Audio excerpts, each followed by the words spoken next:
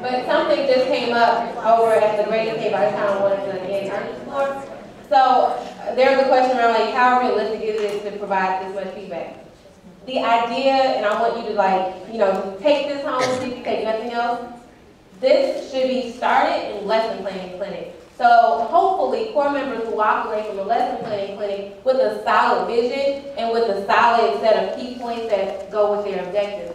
That way, when you're actually at the lesson plan review, you should be able to look at that vision, but that vision should already be solid so you can spend the majority of your time actually looking at the methods.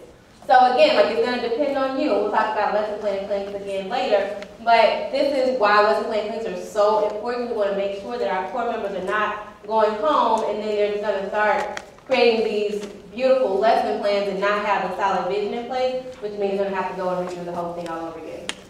So you have another lesson plan to review. You actually reviewed it in your pre-work, so if you look at page 78 and 80 in your CMA handbook. Individually, I want you to just take about 2 minutes based on what we've learned so far about lesson plans, about the lesson plan review process. I want you to adjust your feedback.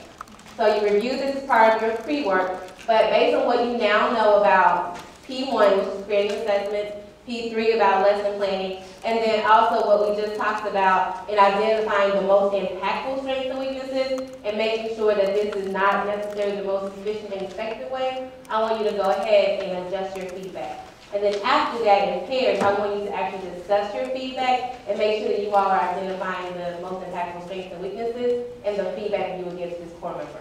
So again, just take about 2 or 3 minutes to adjust your feedback if you did the pre-work, and then you'll turn to your trios or pairs to discuss what you said.